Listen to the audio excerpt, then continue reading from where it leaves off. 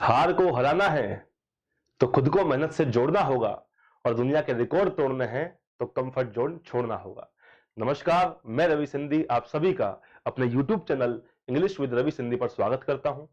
और दोस्तों, जैसा कि आप जानते हैं कि एसएससी ने 2021-22 का कैलेंडर रिलीज कर दिया है और बहुत सारी वैकेंसीज जो है वो आपके लिए जो है घोषणा उनकी कर दी गई है। और सीजीएल है, सीपीओएसआई है, स्टेनोग्राफर है, एमटीएस है, बहुत सारी वैकेंसीज जो है वो आपके लिए आ चुकी है दोस्तों। तो it is high time, it is time to prepare for all these examinations दोस्तों। ये टाइम है, ये समय जो है बहुत महत्वपूर्ण है आपके लिए दोस्तों। ये समय बहुत महत्वपूर्ण है, इसमें सोना नहीं है और ये वक्त है कुछ कर दिखाने का। ए दोस्त, इसे इसे खोना नहीं है। तो इसलिए दोस्तों, एसएससी के कैलेंडर के अकॉर्डिंग आप सभी को तैयारी करने का टाइम जो है आ चुका है। और मैं भी आज जो है आपके लिए एक वेरी इंपॉर्टेंट चैप्टर और नॉन फाइनाइट वर्ब्स आपके लिए लेके आया हूं। तो दोस्तों, आज हम पढ़ेंगे नॉन फाइनाइट वर्ब्स। कई सारे स्टूडेंट्स की ये दिक्कत रहती है सर कि हमें नॉन फाइनाइट वर्ब्स जो है वो आज तक समझ में नहीं आया, क्योंकि हम लोग पहले कभी स्कूल में इस चैप्टर को नहीं पढ़े थे। तो हमें समझाइए कि ये नॉन फाइनाइट वर्ब्स क्या होता है और इसके क्वेश्चंस एग्जाम में कैसे आते हैं दोस्तों। तो वो सारी बातें एक एक बताऊंगा कि कैसे एग्जाम्स में क्वेश्चन आते हैं। तो स्टार्ट करते हैं दोस्तों, non finite verbs. Are you ready? देखिए दोस्तों,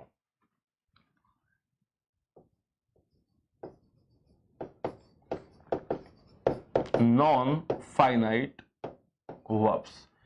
सर, ये नॉन फाइनाइट वर्ब्स क्या होती है, कैसे इसके क्वेश्चंस आते हैं, एक एक पॉइंट पर हम लोग अभी डिस्कस करेंगे और बहुत अच्छे से आपको ये समझाऊंगा कि what is the definition of non finite verbs.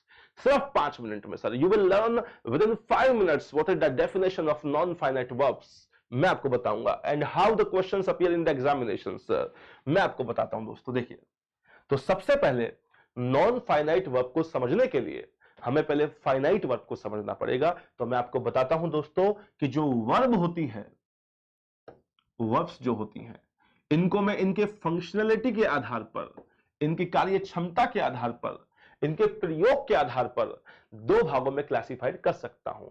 Number one, finite verb, number one finite verbs and number two non finite verbs, number two non finite verbs. तो दो भागों में मैं इनको क्लासिफाइड कर सकता हूं दोस्तों, वर्ब्स को, फाइनाइट वर्ब्स और नॉन फाइनाइट वर्ब। तैयार हो जाइए सभी समझने के लिए। ये बहुत दिनों से मुझे मालूम है कई स्टूडेंट्स की ये कंप्लेंट रहती है कि सर हमें नॉन फाइनाइट वर्ब्स आज तक समझ में नहीं आया। आप इसको बिल्कुल इजी तरीके से समझा दीजिए कि ये नॉन फाइनाइट वर्ब्स होता क्या है सर, इसके क्वेश्चंस कैसे आते हैं। तो तैयार हो जाइए दोस्तों। सबसे पहले मैं आपको बताता हूं कि वर्ब्स को उनकी फंक्शनैलिटी के आधार पर दो भागों में डिवाइड कर दिया गया है। Number one finite verb, number two non finite verbs. Question ये इसमें से आएंगे, मुद्दा हमारा ये है, लेकिन सर इसको समझने के लिए हमें फाइनाइट वर्ब्स को भी पहले समझना पड़ेगा। तो सर क्या होती है बताइए। देखिए दोस्तों, सबसे पहले हम बात करते हैं फाइनाइट वर्ब्स की। दोस्तों, वे वर्ब्स जो सेंटेंस में टेंस और सब्जेक्ट से अफेक्टेड होती हैं। वे वर्ब्स जो सब वाक्य में, सेंटेंस में टेंस और सब्जेक्ट से अफेक्टेड होती हैं, उन्हें फाइनाइट वर्ब्स कहा जाता है। सर कैसे मालूम पड़ेगा? सर हमें समझाइए ना, मैं बताता हूं। जैसे मैं एक एग्जांपल आपको देता हूं, अ very simple sentence I am writing in front of you, please see here, कि मैं, जैसे मैंने कहा कि मेरे पापा इनकम टैक्स देते हैं। मेरे पापा इनकम टैक्स देते हैं। A very simple sentence I have written in front of you my dear friends and you can see here कि मेरे पापा इनकम टैक्स देते हैं। इस वाक्य में, इस सेंटेंस में कितनी वर्ब आपको दिखाई दे रही है? आप मुझे बताइए, कितनी वर्ब आपको दिखाई दे रही है? केवल एक वर्ब है जो आप इसमें देख पा रहे हैं और वो है देते हैं।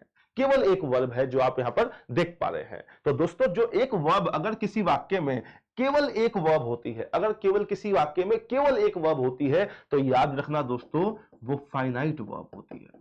कौन सी वर्ब होती है? वो फाइनाइट वर्ब होती है। और ये भी याद रखना सर, इनको हम पहचानेंगे कैसे sir? How to identify the finite verb in the sentence? तो आई एम टेलिंग यू कि जो फाइनाइट वर्ब्स है वो हिंदी वाक्यों के हमेशा अंत में आती है और इंग्लिश के वाक्यों में इनका स्थान सब्जेक्ट या हेल्पिंग वर्ब के बाद होता है।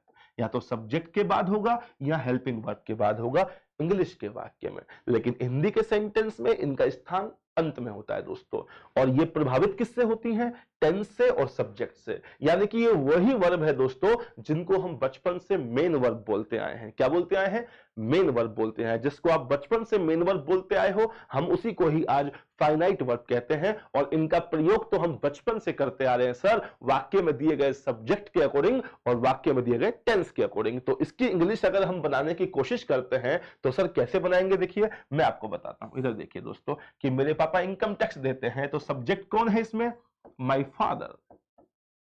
माय फादर देते हैं, आप सभी जानते हैं कि देते हैं को अंग्रेजी में पे बोलते हैं। क्या बोलते हैं सर? पे बोलते हैं। वैसे तो गिव भी कहा जाता है, लेकिन इनकम टैक्स के लिए पे वर्ड जो है वो ज्यादा एप्रोप्रिएट है सर। तो पे में हम लोग क्या लगा देंगे सर? पे में हम लोग क्या लगा देंगे? एस लगा देंगे। पे सर क्यों लगाया? क्योंकि ये फाइनाइट वर्ब है और इसका प्रयोग हमको सर टेंस और सब्जेक्ट के अकॉर्डिंग करना पड़ता है सर। वाक्य में टेंस कौन सा है? प्रेजेंट इंडेफिनिट, हम सभी को दिखाई दे रहा है। और सब्जेक्ट है सिंगुलर, मेरे पापा।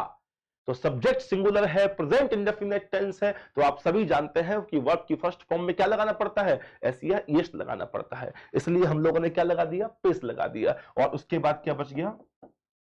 Income tax. तो ये बन गया कि my father page income tax. समझ गए आप मेरी बात दोस्तों? तो दोस्तों फाइनाइट वर्ब का तो प्रयोग हमने कर दिया सर, फाइनाइट वर्ब का तो प्रयोग हमने कर दिया सर। वाक्य में दिए गए टेंस के अकॉर्डिंग कर दिया, वाक्य में दिए गए सब्जेक्ट के अकॉर्डिंग कर दिया, लेकिन जो नॉन फाइनाइट वर्ब होती है, ये समझाओ ना, ये क्या होती है? मैं बताता हूं। और क्वेश्चन भी किसमें से आएंगे दोस्तों? नॉन फाइनाइट वर्ब्स में से ही क्वेश्चन आएंगे। तो हम उनकी बात करते हैं। देखिए मैं एक सेंटेंस और लिखता हूं। मैंने लिखा था कि मेरे पापा इनकम टैक्स देते हैं। अब मैं लिखता हूं दोस्तों, एक सेकेंड में लिखता हूं। देखिए मैं लिखता हूं कि मेरे पापा अभी मैं आपको हिंदी में सेंटेंस लिख रहा हूं, फिर मैं आपको इंग्लिश में लिखवाऊंगा। क्वेश्चंस कैसे आएंगे वो सबकी चिंता आपको नहीं करनी, मैं बैठा हूं आपकी चिंता करने के लिए। समझ गए आप लोग दोस्तों? हाँ, आपका काम है सिर्फ पढ़ना और सीखना। सब कुछ मैं आपको पढ़ा दूंगा, आपको किसी भी बात की कोई टेंशन लेने की जरूरत नहीं है। जो मैं पढ़ा दूं उसके अलावा आपको एक अक्षर भी कहीं से नहीं पढ़ना। बस सिर्फ आपको प्रैक्टिस करनी है, प्रैक्टिस करनी है और सिर्फ प्रैक्टिस करनी है दोस्तों। तो मेरे पापा इनकम टैक्स देने से बचते हैं। मेरे पापा इनकम टैक्स देने से बचते हैं। अब देखिए दोस्तों, इस वाक्य में, इस सेंटेंस में कितनी वर्ब्स आपको दिखाई दे रही है? बताइए। आपको 2 वर्ब्स दिखाई दे रही है। बोलिए हाँ या ना। 2 वर्ब्स आपको दिखाई दे रही है दोस्तों। एक तो दिखाई दे रही है बचते हैं और एक है देना। तो याद रखना कि अगर किसी वाक्य में, अगर किसी सेंटेंस में फाइनाइट वर्ब के अलावा अन्य कोई वर्ब आ जाए, अगर किसी सेंटेंस में फाइनाइट वर्ब के अलावा अन्य कोई वर्ब आ जाए, तो याद रखना वह जो अन्य वर्ब होगी उसे हम क्या कहेंगे? उसे हम नॉन फाइनाइट वर्ब कहेंगे। याद रखिएगा दोस्तों। आज सुन लीजिए, I am telling you the proper definition of non finite verb. बहुत से बच्चे कहते हैं सर कि नॉन फाइनाइट वर्ब समझ में नहीं आता है, तो ये आज की क्लास सिर्फ आपको डेडिकेट करता हूं। जो बच्चे नॉन फाइनाइट वर्ब्स में अकील्स हील्स हैं, जो कमजोर पहलू है उनका वीक पॉइंट है नॉन फाइनाइट वर्ब। तो देखिए दोस्तों, सबसे पहले मैंने वर्ब्स को 2 भागों में क्लासिफाइड किया, एक तो फाइनाइट और एक non finite. First of all I told you the definition of finite verb, और आपको बताया मैंने कि अगर किसी सेंटेंस में केवल एक वर्ब है तो वो फाइनाइट वर्ब है। और वो वर्ब जो होती है वो वाक्य में दिए गए टेंस और सब्जेक्ट से अफेक्टेड होती है, वाक्य में दिए गए टेंस और सब्जेक्ट से प्रभावित होती है, अर्थात इनके अनुसार वो बदलती रहती है। उसे हम फाइनाइट वर्ब कहते हैं। और उनका स्थान हिंदी वाक्यों के अंत में होता है और इंग्लिश के वाक्यों में सर कहां होता है? सब्जेक्ट या हेल्पिंग वर्ब के बाद होता है। समझ गए? ये तो हुई हमारी फाइनाइट वर्ब। लेकिन मुद्दा हमारा क्या है? मुद्दा है हमारा नॉन फाइनाइट वर्ब्स का। तो बात करते हैं सर, नॉन फाइनाइट वर्ब्स की बात करते हैं। मेरे पापा इनकम टैक्स देने से बचते हैं। इस वाक्य में आपको 2 वर्ब्स दिखाई दे रही होगी, एक तो देना और एक बचना।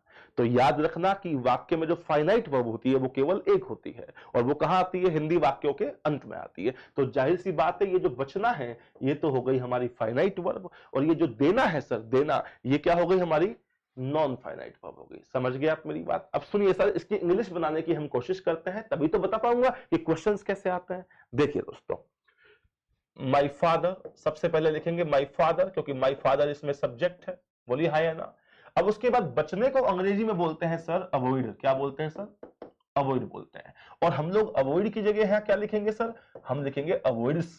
अवॉइड्स क्यों लिखा सर? क्योंकि वही वाली बात, प्रेजेंट इंडेफिनिट टेंस है, सब्जेक्ट है मेरे पापा यानी कि सिंगुलर, तो वर्ब की फर्स्ट फॉर्म में हम एस या ईस्ट लगाते हैं। अब सुनिए मेरी बात, सर फाइनाइट वर्ब का तो प्रयोग हमने कर दिया। सर फाइनाइट वर्ब का तो प्रयोग हमने कर दिया, टेंस के अकॉर्डिंग कर दिया, सब्जेक्ट के अकॉर्डिंग कर दिया, लेकिन ये जो दूसरी वर्ब है ना, देना, हम जानते हैं सर कि देने को अंग्रेजी में पे कहा जाता है। हम जानते हैं कि देने को अंग्रेजी में पे कहा जाता है, लेकिन हम यहां पर क्या लिखें सर? हम यहां पर क्या लिखें? किसके अनुसार लिखें? हम यहां पर पे लिखें या फिर पेइंग लिखें या फिर टू पे लिखें या फिर पेड लिखें? हम लिखे तो लिखे क्या? और अगर हम ये बात सीख गए तो इसका मतलब हम नॉन फाइनाइट वर्ब सीख गए। क्या सीख गए दोस्तों? नॉन फाइनाइट वर्ब सीख गए। अगर हम ये सीख गए कि यहां पर हमको पे लिखना है, पेइंग लिखना है, क्योंकि आप सभी जानते हैं कि अवॉइड का प्रयोग तो हम लोगों ने कर दिया, टेंस के अकॉर्डिंग कर दिया, वाक्य में दिए गए सब्जेक्ट के अकॉर्डिंग कर दिया, लेकिन अगर हम ये सीख गए कि यहां पर क्या लिखना है, यहां पर नॉन फाइनाइट वर्ब की जगह पे लिखना है, कि पेइंग लिखना है या टू पे लिखना है या पेड लिखना है, अगर हम ये बात सीख गए तो इसका मतलब दोस्तों हम पूरा नॉन फाइनाइट वर्ब सीख गए। समझ गए आप मेरी बात? तो मैं बड़े इजी तरीके से आपको बताता हूं कि अगर किसी वाक्य में फाइनाइट वर्ब के अलावा अन्य कोई वर्ब है तो वह वर्ब नॉन फाइनाइट वर्ब कहलाती है। और नॉन फाइनाइट वर्ब्स का हम प्रयोग कैसे करें, यही तो सीखना है हमको। यही तो क्वेश्चन आएगा एग्जाम में कि जब आपको यहां टू पे की जरूरत होगी तब यहां पेइंग दे दिया जाएगा, जब यहां पेइंग की जरूरत होगी तब यहां टू पे दे दिया जाएगा या पे दे दिया जाएगा। इनमें सब में गड़बड़ करके ही आपको एरर्स दी जाती है। बोलिए हाँ या ना, यस या नो। समझ गए दोस्तों आप मेरी बात? तो मुझे यही तो सिखाना है आपको कि नॉन फाइनाइट वर्ब्स का प्रयोग हम कैसे करते हैं। तो सर एक बार बता दीजिए कि कैसे करते हैं, मैं आपको बताता हूं। देखिए दोस्तों, इधर देखिए, देखिए आप जो है, अभी मैं लिखवा नहीं रहा हूं, आप वीडियो को जो है धीरे धीरे देख करके आप जो है उसमें से सारा मैटर इजीली जो है फिगर आउट कर सकते हैं। समझ गए आप मेरी बात? तो ये समझाने के लिए वीडियो है सर। हाँ देखिए इधर, तो सर बताइए ना ये कि नॉन फाइनाइट वर्ब्स के रूप में यहां पर कौन सी वर्ब आएगी, बताइए ना सर। मैं बताता हूं, देखिए इधर दोस्तों, जो नॉन फाइनाइट वर्ब होती है ना, नॉन फाइनाइट वर्ब्स जो होती है, ध्यान रखना कि ये तीन प्रकार की होती हैं। कितने प्रकार की होती हैं? तीन प्रकार की। Non finite verbs are also classified into three parts. कितने पार्ट्स? तीन भागों में बांटा गया है सर। कौन कौन से जो है, सबसे पहले आता है सर जीरंड। जोर से बोलिए, क्या? जीरंड। सर नंबर टू आता है सर इंफिनिटिव्स। बोलिए क्या? इंफिनिटिव्स। मैं बताऊंगा sir, I will tell you everything about these words, क्या है ये सब बताऊंगा। एंड नंबर तीन आता है सर पार्टिसिपल्स। पार्टिसिपल्स, तो जीरंड, इंफिनिटिव्स और पार्टिसिपल्स, इन तीनों के बारे में। ये नॉन फाइनाइट वर्ब के तीन प्रकार होते हैं सर। नॉन फाइनाइट वर्ब के तीन प्रकार होते हैं दोस्तों, ध्यान रखना। Number one gerund, number two infinitives और नंबर थ्री पार्टिसिपल्स। तो इनका कैसे प्रयोग करेंगे और एग्जाम में क्वेश्चन कैसे आएंगे सर, इन बारे में हम लोग इन सब के बारे में भी डिस्कस करने वाले हैं। मैं एक बार इनको, हाँ, number one gerund, number two infinitives और नंबर थ्री पार्टिसिपल्स। ठीक है सर। तो सर यहां पर क्या आएगा, आपने बताया नहीं, मैं आपको वैसे बता देता हूं कि यहां पर जो है पेइंग आएगा। पेइंग, बोलिए क्या आएगा? पेइंग। और लास्ट में हमारा रह गया इनकम टैक्स। यहां पर सर पेइंग आएगा। अब ये पेइंग क्यों आया सर? सर हम तो बचपन से ये पढ़ते आ रहे हैं, हम तो बचपन से ये पढ़ते आ रहे हैं कि अगर एक वर्ब के बाद दूसरी वर्ब दिखाई दे तो टू पे लगा देना, टू प्लस वर्ब की फर्स्ट फॉर्म से जोड़ देना। हमको ये तो कभी किसी ने नहीं बताया कि नॉन फाइनाइट वर्ब्स क्या होती है, लेकिन इतना जरूर पढ़ा था सर हमने कि अगर एक वर्ब के बाद कोई दूसरी वर्ब आ जाए तो टू से जोड़ देना। अरे यही तो गलत पढ़ा था भाई, यही तो गलत पढ़ा था। कभी टू भी लगाना है तो कभी आईएनजी भी लगानी है, कभी ओनली वर्ब की फर्स्ट फॉर्म भी लगानी है। अरे कौन सा कब लगाना है, यही तो सीखना है हमको इस टॉपिक के अंदर। बोलिए हाँ या ना। समझ गए आप मेरी बात को दोस्तों?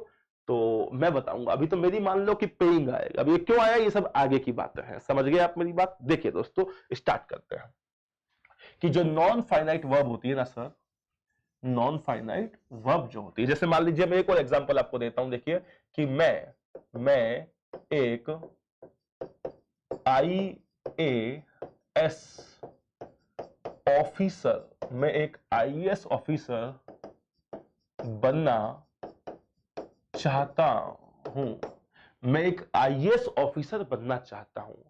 आप सभी देख पा रहे हैं sir, all of you are able to see how many verbs are used in this sentence. इस वाक्य में कितनी वर्ब्स का प्रयोग हुआ है ये आप सभी देख पा रहे हैं कि मैं एक IAS ऑफिसर बनना चाहता हूं। एक तो वर्ब है चाहता हूं और एक वर्ब है बनना। तो जाहिर सी बात है आप सभी को मालूम हो गया होगा कि एक तो फाइनाइट वर्ब है और एक नॉन फाइनाइट वर्ब है। तो फाइनाइट कौन सी है सर? चाहता हूं। तो इसका प्रयोग तो हम सब्जेक्ट और टेंस के अकॉर्डिंग कर देंगे। और दूसरी कौन सी वर्ब है सर? नॉन फाइनाइट वर्ब है बनना। इसका प्रयोग हम कैसे करेंगे सर? यही तो हमको सीखना है। ये तो हम कर देंगे। यहां तो मैं क्या करूंगा, पहले आई लिख लूंगा। चाहता हूं को हम क्या बोलते हैं सर? वांट बोलते हैं, तो वांट लगा दिया। वांट में एस नहीं लगाएंगे क्योंकि आई, वी, यू, दे इन सब के साथ वर्ब की फर्स्ट फॉर्म में SEIS नहीं आता है, तो आई के बाद वांट लगा दिया। अब जो बनना है, बनना, बनने को हम बोलते हैं सर बिकम। क्या बोलते हैं सर? बनने को बिकम बोलते हैं या बी बोलते हैं। यहां पर क्या लिखें सर? यहां पर हम बिकमिंग लिखें, यहां पर हम बिकमिंग लिखें, या टू बिकम लिखें, या टू बिकम लिखें, या खाली बिकम लिखें। हम लिखे तो लिखे क्या, और अगर हम ये बात सीख गए तो इसका मतलब हम पूरा नॉन फाइनाइट वर्ब सीख गए, पूरा नॉन फाइनाइट वर्ब सीख गए। ध्यान रखना दोस्तों, तो यही तो सिखाने के लिए ये टॉपिक स्टार्ट हुआ है। और ये ध्यान रखना कि ये जो नॉन फाइनाइट वर्ब है ना, ये वाली जो फाइनाइट के बाद आती है, ये 3 प्रकार की होती है। कितने प्रकार की होती है सर? 3 प्रकार की। या तो कौन सी? जीरंड, या इंफिनिटिव्स, और या पार्टिसिपल्स। ये 3 प्रकार की होती हैं। वन बाय वन हम इन तीनों के बारे में पढ़ेंगे, डिस्कस करेंगे, और इनके क्वेश्चंस कैसे आएंगे ये भी मैं आज आपको समझाऊंगा दोस्तों। समझ गए आप मेरी बात? देखिए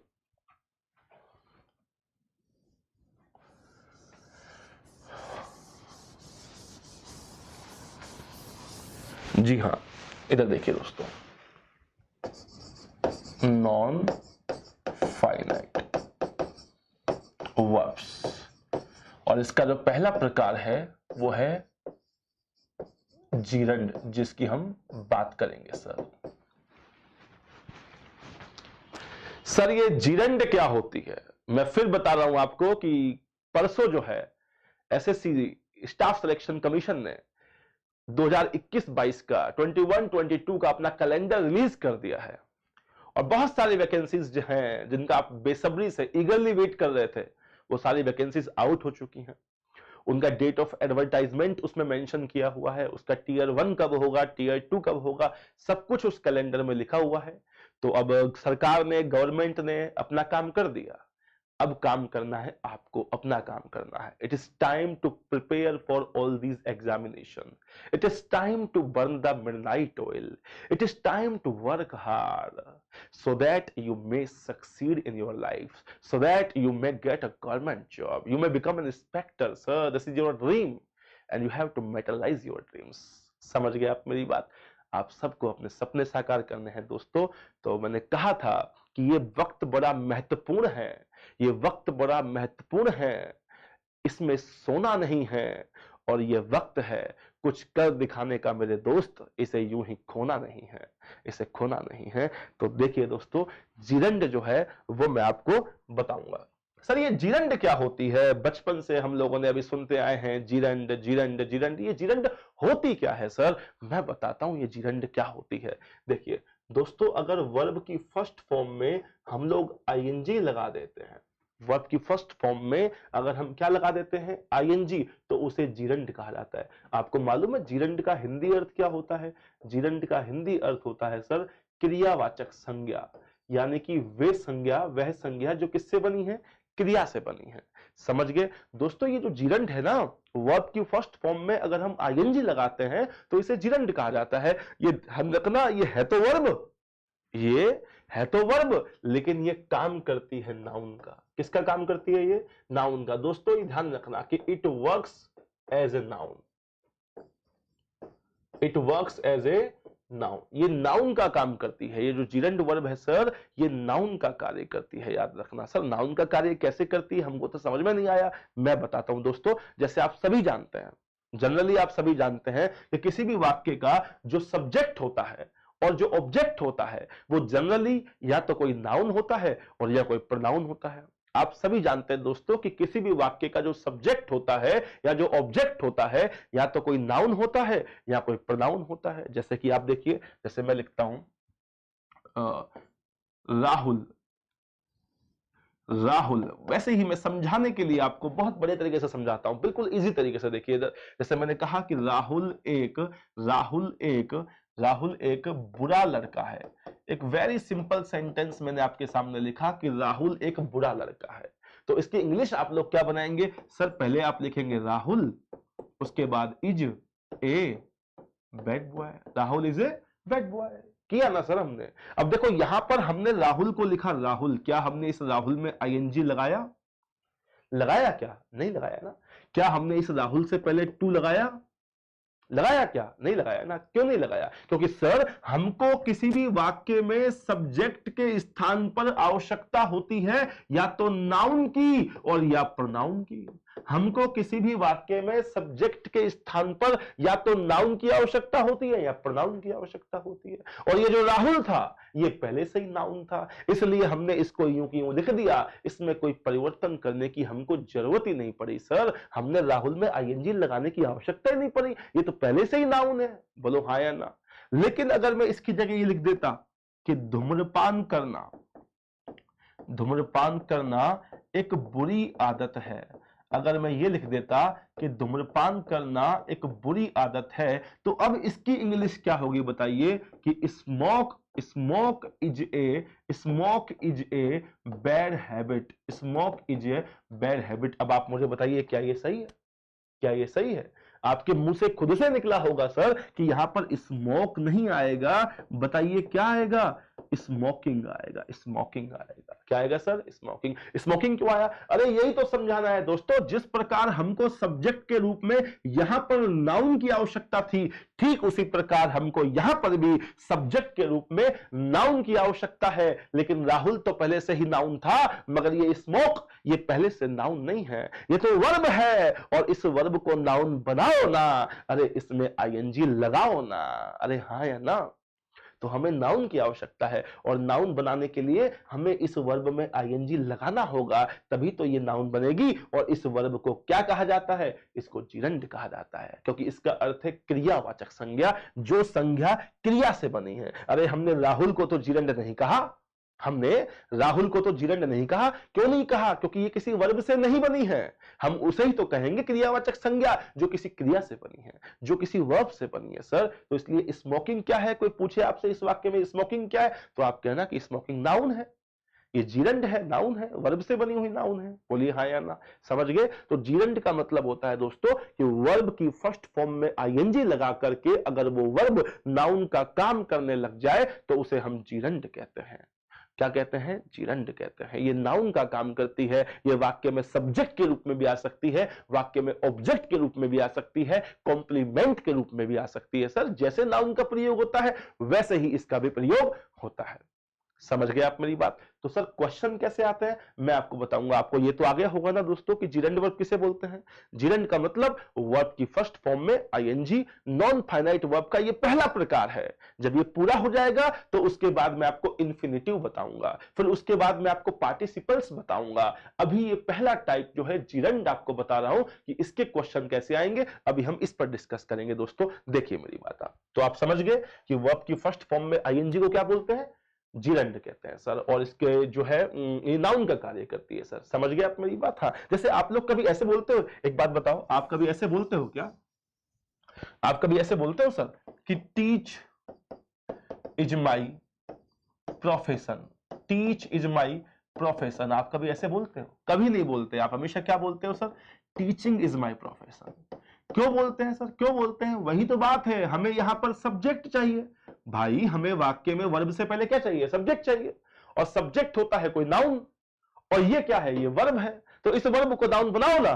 और नाउन बनाने के लिए इसमें आईएनजी लगाओ ना। समझ गए आप मेरी बात? तो ये बन गई। इसलिए हम लोग बोलते हैं कि टीचिंग इज माय प्रोफेशन, ना कि कभी ये बोला किसी ने टीच इज माय प्रोफेशन, कभी नहीं बोलते। हम कभी ऐसे बोलते हैं? आपने देखा होगा बाजारों में आप जाते हो, तंबाकू जहां मिलता है, जहां सिगरेट वगैरह मिलती है, उनकी दुकानों पर आपने लिखा हुआ देखा होगा सर, ये लिखा होता है, ये लिखा होता है sir, smoking, smoking is injurious, smoking is injurious to health. ये लिखा होता है सर, हर जगह लिखा होता है कि smoking is injurious to health. तो ये जीरंड वर्ड भी तो है सर जो नाउन का काम कर रही है। कभी आपने ऐसा देखा, ऐसा लिखा हुआ देखा आपने, वहां पे लिखा हुआ देखा आपने, ऐसा स्मोक लिखा हुआ देखा? कभी नहीं देखा होगा सर, क्योंकि वर्ब नहीं है, वर्ब कभी सब्जेक्ट नहीं बन सकता, नाउन सब्जेक्ट बनता है, वर्ब को नाउन बनाना पड़ेगा। और इसलिए हम लोगों के सामने वहां पर क्या लिखा होता है? स्मोकिंग लिखा होता है।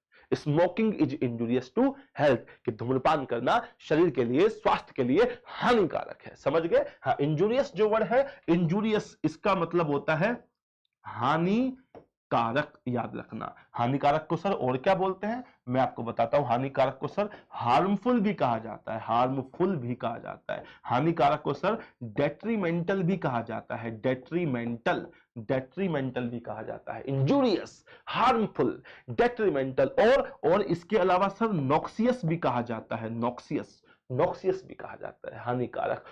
और इसके अलावा सर मैलिग्नेंट भी कहा जाता है, मैलिग्नेंट, मैलिग्नेंट भी कहा जाता है सर, मैलिग्नेंट भी कहा जाता है, हानिकारक, डेट्रीमेंटल। इसके अलावा सर, इसके अलावा परनीसियस भी कहा जाता है, परनीसियस, परनीसियस भी कहा जाता है। इसका मतलब भी क्या होता है? हानिकारक होता है। लेकिन आप लोग सिर्फ एक ही वर्ड जानते हो, और क्या जानते हो आप? हार्मफुल जानते हो। लेकिन दोस्तों आप सभी जानते हो कि vocabularies are as important as grammar. केवल ग्रामर से पार नहीं पड़ेगी सर, वोकैबुलरी और कॉम्प्रहेंशन पार्ट पर भी ध्यान देना होगा। वोकैबुलरी भी हमको स्ट्रॉन्ग करनी होगी। मैं कराऊंगा ना, मैं डेली के आपको वर्ड्स लिखवाऊं तो लिखवाऊंगा ना सर वोकैबुलरी में। हमें याद करने होंगे सिनोनिम्स, हमें याद करने होंगे एंटोनिम्स, हमें याद करने होंगे वन वर्ड सब्स्टिट्यूशंस, हमें याद करने होंगे इडियम फ्रेज, हमें याद करनी होगी फ्रेजल वर्ब। सर हमें ये सब करना पड़ेगा, then we will get selected in the SSC examination. समझ गए आप मेरी बात दोस्तों? तो ये सब हमको याद करने पड़ेंगे, तो मैं कराऊंगा ना सर, क्या दिक्कत है? Injurious, harmful, detrimental, pernicious, noxious, malignant, इन सब का मतलब होता है हानिकारक, हानिकारक। ये याद करने पड़ेंगे। इनका अपोजिट, अपोजिट पूछ लिया जाए तो इनका अपोजिट होता है सर इनोक्यूअस, इनोक्यूअस हो जाएगा या फिर हार्मलेस हो जाएगा, हार्मलेस, हार्मलेस हो जाएगा। इनका अपोजिट होता है इनोक्यूअस, इनोक्यूअस या हार्मलेस, हार्मलेस, हानि रहित जिसको बोलते हैं। समझ गए? तो वोकैबुलरीज पर भी हमको ध्यान देना होगा सर, वोकैबुलरीज भी आपको लिखवाई जाएंगी। देखिए मैं समझाता हूं, हम जीरंड की बात कर रहे थे, तो आप समझ गए होंगे कि जीरंड क्या होती है। वर्ब की फर्स्ट फॉर्म में आईएनजी को जीरंड वर्ब कहा जाता है। सर इसके क्वेश्चन कैसे आते हैं ये और बता दो तो हमारा उद्धार हो जाएगा, हमारा कल्याण हो जाएगा सर, कि क्वेश्चन कैसे आते हैं। चलिए मैं आपको स्टार्ट करता हूं कि नॉन फाइनाइट वर्ब्स के क्वेश्चन एग्जाम में कैसे पूछे जाते हैं। देखिए दोस्तों मैं बताता हूं, इधर देखिए। नंबर 1 मैं बताता हूं कि इसका यूज कहां कहां होता है। यूज ऑफ जीरंट, यूज ऑफ जीरंट, इसका यूज कहां कहां होता है, क्वेश्चन कैसे कैसे आता है मैं बताता हूं। जैसे रूल नंबर 1,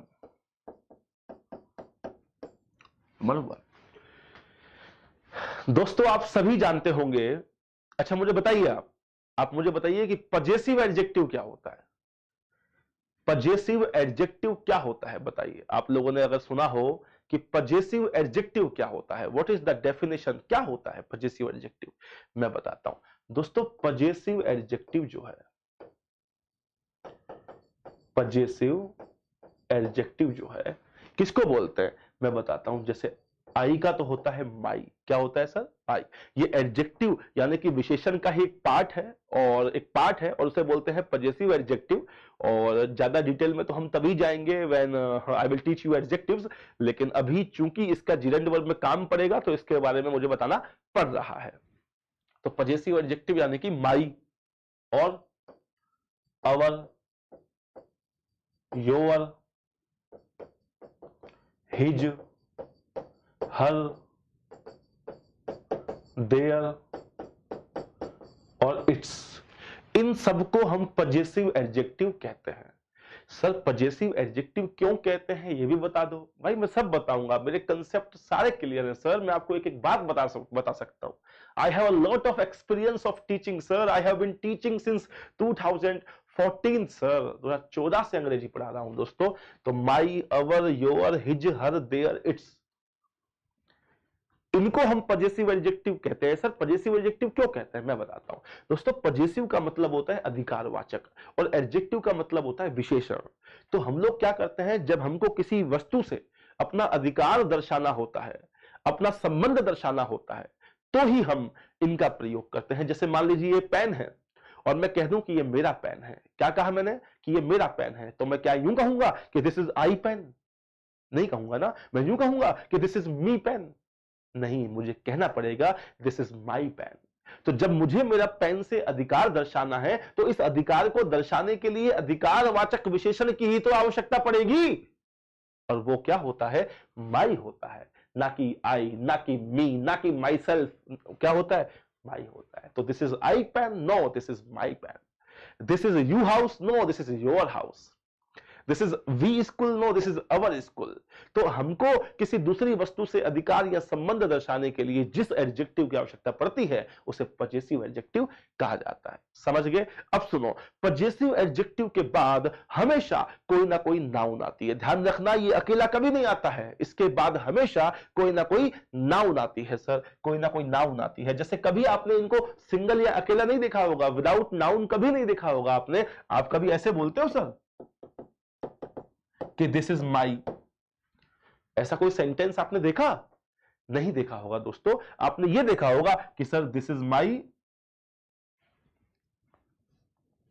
आपने ये देखा होगा सर कि this is my pen, this is my table, this is my school, this is my pen, table, school, this is my bike, this is my car. कुछ भी लगा सकते हो, कोई भी नाउन आ सकती है, लेकिन नाउन तो आएगी। Possessive adjectives never comes without noun, कभी ये बिना नाउन के नहीं आता है सर, याद रखना।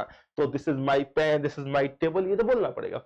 तो सर अगर पजेसिव एडजेक्टिव के बाद, अगर पजेसिव एडजेक्टिव के बाद सर कोई नाउन ना आकर के कोई वर्ब आ जाए, कोई वर्ब आ जाए, तो हम क्या करेंगे? देखो देखो इधर, जैसे जैसे he does not like, he does not like my come so let, कि वो मेरा, वह मेरा देर से आना पसंद नहीं करता। देखिए पहला रूल बता रहा हूं आपको, first rule I am telling you कि पजेसिव एडजेक्टिव के बाद अगर किसी वर्ब का प्रयोग हो जाए, देखो यहां माई लिखा हुआ है और माई के बाद क्या है, कम। कम एक वर्ब होती है।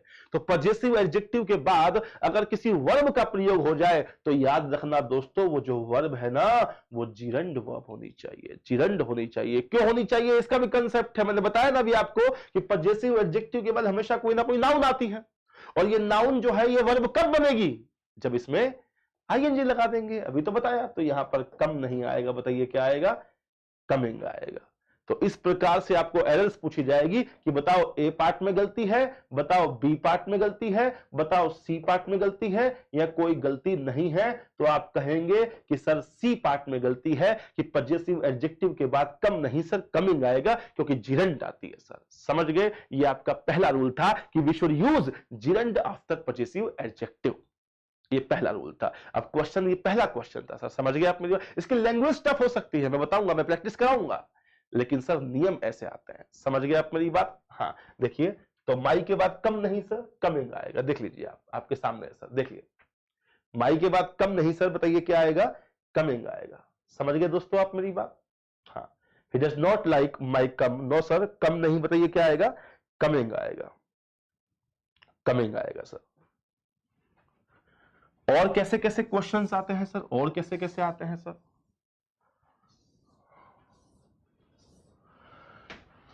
और एग्जांपल दीजिए सर इस नियम को समझाने। अरे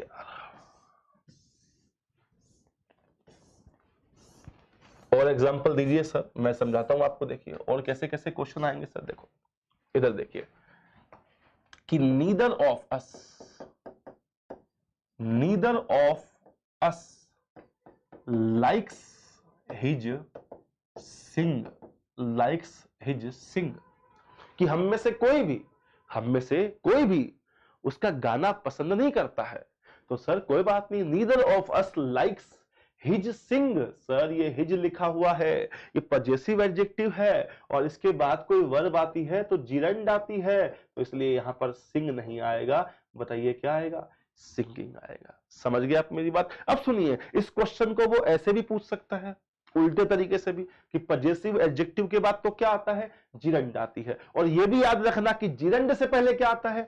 पजेसिव एडजेक्टिव आता है। आपको कोई और केस देकर, आपको सब्जेक्टिव केस या ऑब्जेक्टिव केस या रिफ्लेक्सिव केस देकर के एरर दी जाएगी। याद रखना, we should use gerund after possessive adjective and we should use possessive adjective before gerund.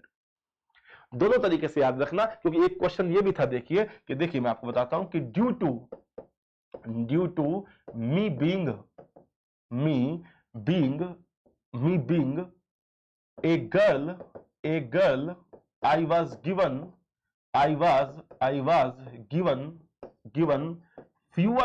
fewer rights and facilities। ये क्वेश्चन था। देखिए सर आपसे पूछेगा, बताइए ए पार्ट में गलती है, बताइए बी भाग में गलती है, बताइए सी भाग में गलती है, और बताइए कोई एरर नहीं है, तो आपका उत्तर होगा डी। बताइए क्या गलती है? Due to me being a girl I was given fewer rights and facilities. कि मेरे लड़की होने के कारण मुझे ना के बराबर अधिकार दिए गए, ना के बराबर मुझे सुविधाएं दी गई। किसके कारण? मेरे लड़की होने के कारण। तो मेरा होना और मेरे होने को सर मी बीइंग नहीं बोलेंगे, बताइए क्या बोलेंगे? माई बीइंग बोलेंगे। तो गलती ए पार्ट में है, पजेसिव एडजेक्टिव के बाद जिरंड वर्ब और जिरंड वर्ब से पहले पजेसिव एडजेक्टिव। समझ गए? अब इस रूल पर बेस्ड चाहे कितना ही लंबा सेंटेंस क्यों ना आ जाए, कितना ही कॉम्प्लिकेटेड लैंग्वेज क्यों ना आए, बस आपको रूल याद रखना है सर, कि रूल याद रखेंगे तो ये क्वेश्चन इजीली सॉल्व हो जाएगा। बताइए समझे या नहीं समझे? समझ गए दोस्तों? तो पजेसिव एडजेक्टिव के बाद जिरंड वर्ब और जिरंड वर्ब से पहले पजेसिव एडजेक्टिव। समझ गए? और देखिए मैं और एग्जांपल आपको देता हूं। देखिए सर एग्जांपल्स की कमी नहीं है sir.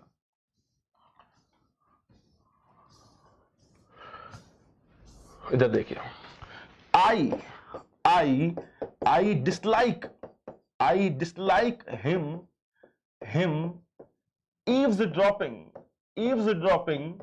eavesdropping habit। I dislike him sorry मैं हिम करता हूं यहां पर। I dislike him eavesdropping habit so much that I can't stand it anymore। और आपसे कहेगा कि बताइए कौन से भाग में गलती है? ए पार्ट में गलती है, या बी भाग में गलती है, या सी पार्ट में गलती है, या कोई गलती नहीं है। तो आपको इसका उत्तर बताना है सर कि I dislike him eavesdropping habit. Eavesdropping का मतलब होता है जासूसी करना, चुप से किसी की बात सुनना, उसे ईव्सड्रॉपिंग कहा जाता है। तो मुझे उसकी ईव्सड्रॉपिंग हैबिट बिल्कुल भी पसंद नहीं है। मैं उसकी ईव्सड्रॉपिंग हैबिट से नफरत करता हूं, इतना ज्यादा नफरत करता हूं कि अब मैं उसे और अधिक बर्दाश्त नहीं कर सकता। कांट स्टैंड इसका अर्थ होता है टॉलरेट करना, एंड्यूर बियर बर्दाश्त करना। तो आपको पूछेगा गलती बताओ, तो देखिए sir I dislike him eavesdropping. तो ईव्सड्रॉपिंग जो है ये जिरंड है, वर्ब की फर्स्ट फॉर्म में आईएनजी है, नाउन का काम कर रही है, और नाउन से पहले क्या आता है सर? पजेसिव एडजेक्टिव आता है। तो सर यहां पर हिम नहीं आएगा, बताइए क्या आएगा? हिज आएगा। This kind of error, sir, these kinds of errors will be given in the examinations। परीक्षाओं में इस प्रकार की एरर्स आपको मिलेगी। समझ गए? तो the first rule has been completed by me. क्या सर? कि पजेसिव एडजेक्टिव के बाद जिरंड वर्ब और जिरंड वर्ब से पहले पजेसिव एडजेक्टिव। अच्छा एक बात और सुनिए, महत्वपूर्ण बताता हूं आपको। एक बात और सुनिए, मैंने कहा कि पजेसिव एडजेक्टिव के बाद जिरंड आती है ना सर? बिल्कुल आती है। तो याद रखना, मैं जैसे आपको बताता हूं कि अगर किसी नाउन में अपोस्ट्रोफी आ जाए सर,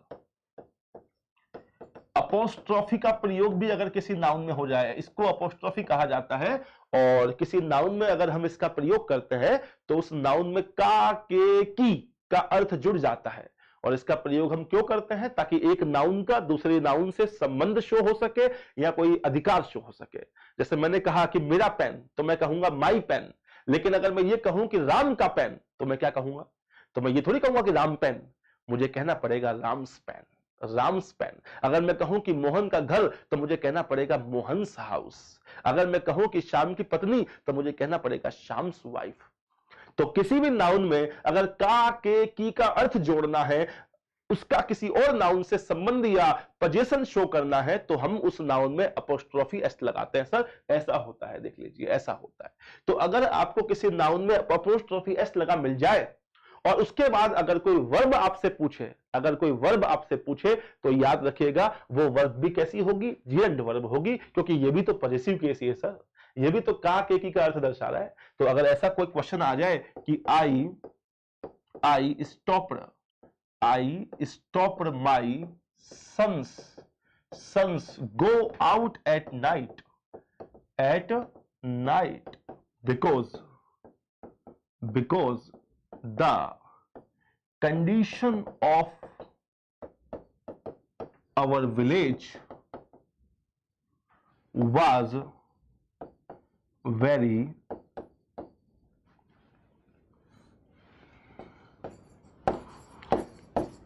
sensitive। कि मैंने मेरे बेटे का, I stopped my son's go out at night because the condition of our village was very sensitive। तो मैंने मेरे बेटे का रात को बाहर जाना बंद कर दिया क्योंकि हमारे जो गांव की कंडीशन थी बड़ी संवेदनशील थी। The condition of our village was very sensitive. तो क्या गलत है सर? मेरे बेटे का जाना, तो माई सन्स लिखा हुआ है और माई सन्स के बाद गो है, तो गो नहीं आएगा। बताइए क्या आएगा? गोइंग आएगा। बताइए समझे या नहीं समझे? तो दोस्तों ये जो है, यहां भी हमको अगर किसी नाउन में अपोस्ट्रोफी लगा हुआ मिल जाए, तो उसके बाद भी अगर कोई वर्ब आए, तो समझिए उस वर्ब को भी हमें नाउन बनाना है, और नाउन बनाने के लिए हम क्या करते हैं? आईएनजी लगाते हैं सर, जिरंड। समझ गए? ये पहला रूल था जिरंड का, जो मैंने आपको समझा दिया है। ठीक है दोस्तों, अभी हम सेकेंड रूल के बारे में डिस्कस करेंगे। तो देखिए सेकेंड रूल क्या है सर।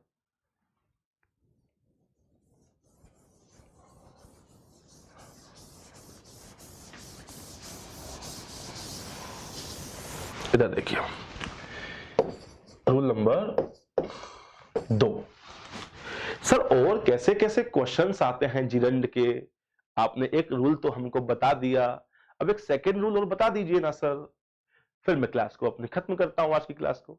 तो सर सेकंड रूल बता दीजिए। मैं बताता हूं, देखिए दोस्तों ये क्या लिखा हुआ है? टू लिखा हुआ है, और टू क्या है? प्रीपोजिशन है। क्या है दोस्तों? To preposition. टू प्रीपोजिशन है, और आप सभी जानते हैं कि प्रीपोजिशन क्या होता है। प्रीपोजिशन वह वर्ड होता है, जैसा कि आप इसका नाम से पता लगा पा रहे हैं कि प्री प्लस पोजीशन। तो कहने का मतलब प्रीपोजिशन वह वर्ड है जिसका पोजीशन प्री होता है, जिसका स्थान पहले होता है। किससे पहले होता है? नाउन या प्रोनाउन से पहले होता है। हालांकि आज मैं I am not teaching preposition today, लेकिन इसके बताने के लिए मुझे प्रीपोजिशन की परिभाषा, डेफिनेशन आपको बतानी पड़ रही है। तो प्रीपोजिशन जो है, आपने ये तो सुना होगा कि to, at, by, from, after, ये सब प्रीपोजिशंस होते हैं। अगर ज्यादा भी आप नहीं जानते तो कोई बात नहीं, जो टॉपिक आएगा तो मैं समझा दूंगा, लेकिन इतना तो आपको पता होगा ना दोस्तों कि टू, एट, बाई, फ्रॉम ये सब क्या होते हैं?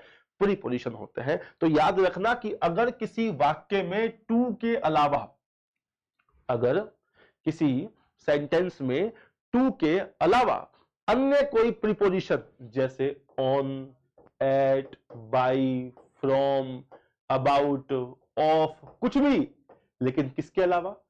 टू के अलावा। अगर किसी वाक्य में टू के अलावा अन्य कोई प्रीपोजिशन आ जाए और उस प्रीपोजिशन के बाद अगर कोई वर्ब आ जाए, तो वो वर्ब भी जिरंड होनी चाहिए दोस्तों, वो वर्ब भी जिरंड होनी चाहिए। उस वर्ब में भी आपको क्या लगाना है? आईएनजी लगाना है।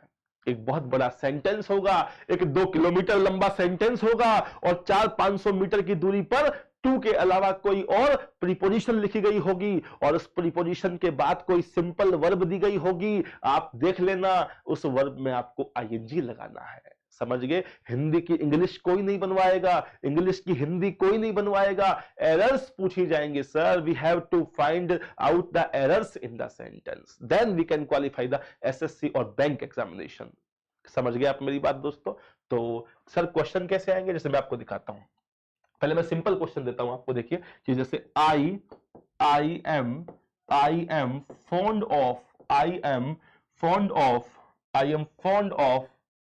Smoke. I am fond of smoke, कि मैं स्मोकिंग का शौकीन, स्मोक का शौकीन हूं। I am fond of smoke. अब देखिए दोस्तों, ये फॉन्ड के बाद क्या लिखा हुआ है?